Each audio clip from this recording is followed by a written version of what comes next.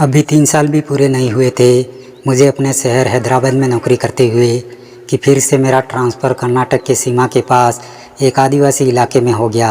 हालांकि सरकार की तरफ से सभी तरह की सुविधा उपलब्ध कराई जाती है, मगर परिवार की अपनी जिम्मेदारियां भी होती है। सभी चीज़ें मुहैया होने के बावजूद भी मेरी मजबूरी थी कि मैं पत्नी रुक्मणी और बच्चों को अपने साथ नहीं ले जा सकता था। बच्चों की पढ़ाई की वजह से पत्नी को बच्चे के साथ हैदराबाद में ही रुकना पड़ा। अब मैं 1 या 2 बार ही मेरा हैदराबाद आना मुमकिन होगा। यह बात हम पति पत्नी दोनों ही बिना कहे समझ रहे थे। वहाँ पहुँचते ही विमल ने गर्मा गर्म कॉफ़ी के साथ मेरा स्वागत किया। विमल मेरा सहायक होने के साथ साथ बंगले का चौकीदार और माली सब कुछ था। विमल बंगले के पीछे बने सर्वेंट क्वार्टर में अपनी पत्नी आरुषि के साथ रहता था। कॉफ़ी सचमुच बहुत अच्छी बनी थी। पीते ही मैं बोला, तुम्हें देखकर तो नहीं लगता कि यह कॉफ़ी तुमने ही बनाई है। सही कहा साहब, यह कॉफ़ी मैंने नहीं बल्कि मेरी पत्नी ने बनाई है। विमल अपने दांत निकालकर हंसने लगा। मैंने पूछा, यह खाने का क्या इंतज़ाम है? वह बोला, आसपास कई होटल है, आपको खाना मिल जाएगा। और बढ़िया खाना चाहिए तो फिर शहर के अंदर जाना पड़ेगा। विमल ने अपनी जानकारी के हिसाब से बताया। मैंने कहा, यहाँ कोई बंगले पर आकर खाना बनाने वाला या वाली नहीं है। मैं पूछ कर बताता हूँ साहब, कहकर विमल चाय का कप उठाने लगा। यह एक हरा भरा आदिवासी बहुल इलाका था। मुझे यहाँ के लोग भी बहुत सीधे साधे लग रहे थे, अपने काम से काम रखने वाले थे। मेरा सरकारी बंगला अंदर से काफ़ी बड़ा और शानदार था। चारों तरफ से खुला खुला बंगला मुझको बेहद पसंद आया। एक बेडरूम एयर कंडीशन भी लगा था। मैंने अपना सूटकेस बेडरूम में रखा और नहाने की तैयारी करने लगा। ड्यूटी का टाइम हो रहा था। नाश्ते के बारे में सोच रहा था कि क्या किया जाए। अब तो मैगी बनाने जितना भी समय नहीं रहा था। मैं पहले ही दिन लेट नहीं होना चाहता था। वही कुछ खा लूँगा सोचते हुए मैं तैयार होकर बाहर निकला। डाइनिंग टेबल पर डब्बे में भरा हुआ नाश्ता रखा था। देखा और ढक्कन उठाया तो करी पत्ते से सजे हुए गर्मा गर्म पोहे की खुशबू पूरे घर में फैल गई। मेरे मुंह में पानी आ गया। मैंने तुरंत प्लेट डाल दिया। यह नाश्ता सचमुच लाजवाब था, मगर तारीफ सुनने के लिए आसपास कोई भी नहीं था। विमल भी नहीं था।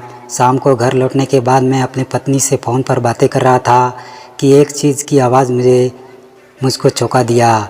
बाद में बात करता हूँ कहकर मैंने रुक्मणी का फ़ोन काटा और आवाज़ की दिशा में दौड़ा। आवाज़ तो सर्वेंट क्वार्टर में से आ रही थी। तो क्या विमल अपनी पत्नी को पीट रहा है? मैं कुछ देर खड़ा सोचता रहा। कुछ देर में सिसकियाँ बंद हो गई तो मैं वापस अपने बंगले की तरफ पलट गया। सुबह उठकर मैं बंगले के गार्डन में कसरत के लिए चक्कर लगा रहा था, मगर मेरी आंखें सर्वेंट क्वार्टर की तरफ लगी थी। तभी मुझे विमल आता हुआ दिखाई दिया। साहब, कितने पैसे दोगे नाश्ता और 2 टाइम का खाना बनाने के? विमल ने अपनी बात रखी। तुम पैसे की चिंता मत करो, बस चाय नाश्ता और खाना बिल्कुल वैसा ही होना चाहिए जैसा कल सुबह था। साहब, इसका सीधा सा हिसाब है, 3 टाइम का खाना 4000 रुपये। मैंने कहा, मंजूर है, पर है कौन? कब से शुरू करेगा या करेगी? अरे साहब, मेरी पत्नी आरुषि है ना, वही खाना बना देगी आज और अभी मैं भेजता हूँ। विमल ने चाय का कप उठाया और आरुषि को बुलाने चला गया। आरुषि ने आते ही अपने सधे हुए हाथों से रसोई की कमान संभाली। हालांकि मैंने उसका चेहरा नहीं देखा था क्योंकि वह मेरे सामने घूंघट निकालती थी, मगर कद-काठी से वह विमल से काफ़ी कम उम्र की लगती थी। सुबह की चाय विमल अपने घर से लाता था। उसके बाद मेरा टिफ़िन पैक करके आरुषि मेरा चाय नाश्ता टेबल पर लगा देती थी। शाम का खाना मेरे ऑफिस से लौटने से पहले ही बनाकर आरुषि हॉटकेस पर रख देती थी। मैंने उसे अपने घर की एक चाबी दे रखी थी। अभी 7 से 8 दिन ही बीते थे कि मैंने फिर से सर्वेंट क्वार्टर से सीखने की आवाज़ सुनी। मेरे कदम जाने को तैयार हुए, मगर फिर पति पत्नी का आपसी मामला है सोचकर रुक गया। अगले दिन मैंने देखा कि आरुषि कुछ लंगड़ा कर चल रही है। मैंने पूछा कि, मगर आरुषि ने कोई जवाब नहीं दिया। 5 दिन बाद फिर वही किस्सा। इस बार मैंने आरुषि के हाथ पर चोट के निशान देखे तो मुझसे रहा नहीं गया। मैंने खाना बनाते आरुषि का हाथ पकड़ा और उस पर एंटीसेप्टिक क्रीम लगाकर सिसक कर सिरसा उठी। मैंने नज़र उठाकर पहली बार आरुषि का चेहरा देखा। कितना सुंदर, कितना मासूम नज़रें। मिलते ही आरुषि ने अपनी आंखें झुका ली। अब तो यह अक्सर ही होने लगा। विमल शराब पीने के बाद आरुषि की पिटाई करता। आरुषि विमल की दूसरी पत्नी थी और वह शराब पीकर आरुषि से संबंध बनाने की कोशिश करता और नाकाम होने पर अपना सारा गुस्सा उस पर निकलता था। मानो यह भी कोई मर्दानगी की निशानी होगी। अब यह रोज़ होने लगा। मुझसे आरुषि का दर्द देखे नहीं जाते थे, मगर मूक दर्शक बनने के अलावा मेरे पास कोई चारा भी नहीं था। वह चोट खाती रही, मैं उन पर मरहम लगाता रहा। एक दर्द का रिश्ता बन गया था हम दोनों के बीच। धीरे धीरे आरुषि मुझसे खुलने लगी थी। अब तो खुद ही दवा लगाने के लिए अपना हाथ आगे बढ़ा देती थी। कभी कभी घर परिवार की बातें भी कर लेती थी। मेरी पसंद नापसंद पूछकर खाना बनाने लगी। एक अंधे की डोर से हम दोनों के दिल बनने लगे थे। 3 महीने बाद जब मैं घर गया तो वहाँ से लौटते वक्त मैंने आरुषि के लिए एक हरे रंग की साड़ी खरीद ली। साड़ी पाकर आरुषि बहुत खुश हो गई। एक दिन आरुषि साड़ी पहन कर आई तो मैं उसको देखता ही रह गया। वह बहुत खूबसूरत लग रही थी। मुझे यूँ पलक निहारते देख आरुषि शर्मा गई। उस समय मानो रेत की तरह हाथ से निकल रहा था। सुबह मुझको आरुषि का इंतज़ार रहने लगा। आरुषि के आने में अगर ज़रा भी देर हो जाती तो मैं बेचैनी से घर के बाहर चक्कर लगाने लगता था। आरुषि भी मानो घर रात भर सुबह होने का इंतज़ार करती थी। सुबह होते ही बंगले की तरफ भागती हुई आ जाती थी। आते ही ऐसा लगता था किसी कैद से आज़ाद हुई हो। एक दिन मैं सुबह सवेरे बंगले के अंदर बाहर चक्कर लगा रहा था। सुबह के 9 बज गए थे, मगर आरुषि अभी तक नहीं आई। विमल भी दिखाई नहीं दे रहा था। मैंने सुबह की कॉफ़ी किसी तरह से बना कर पी, मगर मुझे मज़ा नहीं आया। मुझे तो आरुषि के हाथ की बनी कॉफ़ी पीने की आदत पड़ गई थी। कॉफ़ी का कप किचन में रखकर मैं सर्वेंट क्वार्टर की तरफ बढ़ा। अंदर किसी तरह की कोई हलचल ना देखकर मुझको किसी अनहोनी का डर हुआ। मैंने धीरे से दरवाजे को धक्का दिया। दरवाज़ा खुल गया। भीतर का सीन देखते ही मेरे होश उड़ गए। आरुषि ज़मीन पर बेसुध पड़ी थी। विमल का कहीं अता पता नहीं था। मैंने आरुषि को होश में लाने की भरसक कोशिश की, मगर उसने आंखें नहीं खोली। मैंने उसे बड़ी मुश्किल से बाहों में उठाया और बंगले तक लेकर आया।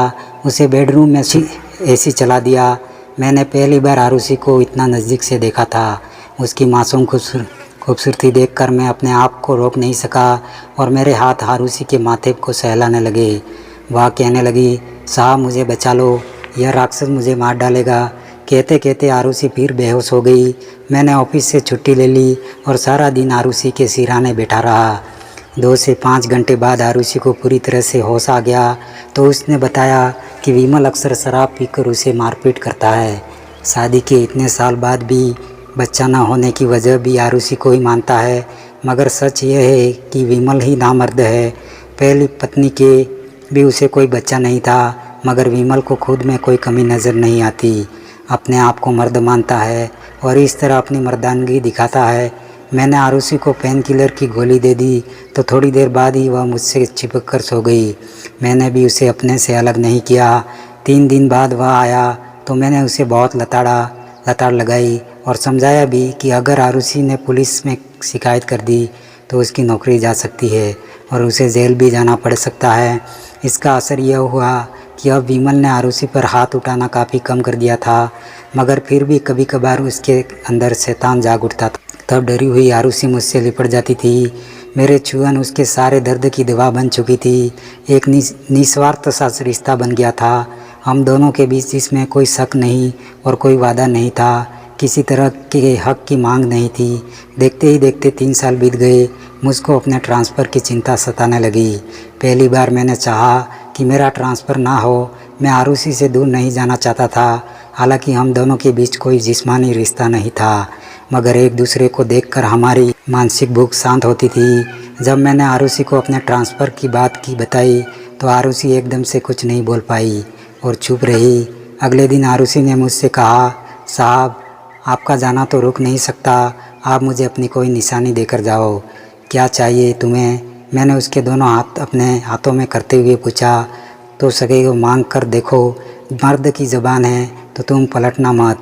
मैंने कहा, कभी नहीं। मैंने उससे वादा किया कि वह जो मांगे वह उसे मिलेगा। आखिर जिस बात का डर था वही हुआ। मेरे ट्रांसफ़र का ऑर्डर आ गया। मुझे 1 हफ्ते बाद यहाँ से जाना था। मैंने आरुषि से कहा, तुमने कुछ मांगा नहीं? वह बोली, साहब मुझे बच्चा चाहिए। आरुषि ने मेरा आंखों में देखते हुए कहा। यह सुनकर मैं चौंक गया और बोला, तुम होश में तो हो ना? मुझको मानो बिजली के नंगे तार से छू लिया। वह मेरे आगे कुछ नहीं बोली और चली गई। अगले दिन शाम से ही तेज़ बारिश हो रही थी। विमल अपने पीने की भूख मिटाने के लिए बाहर गया हुआ था।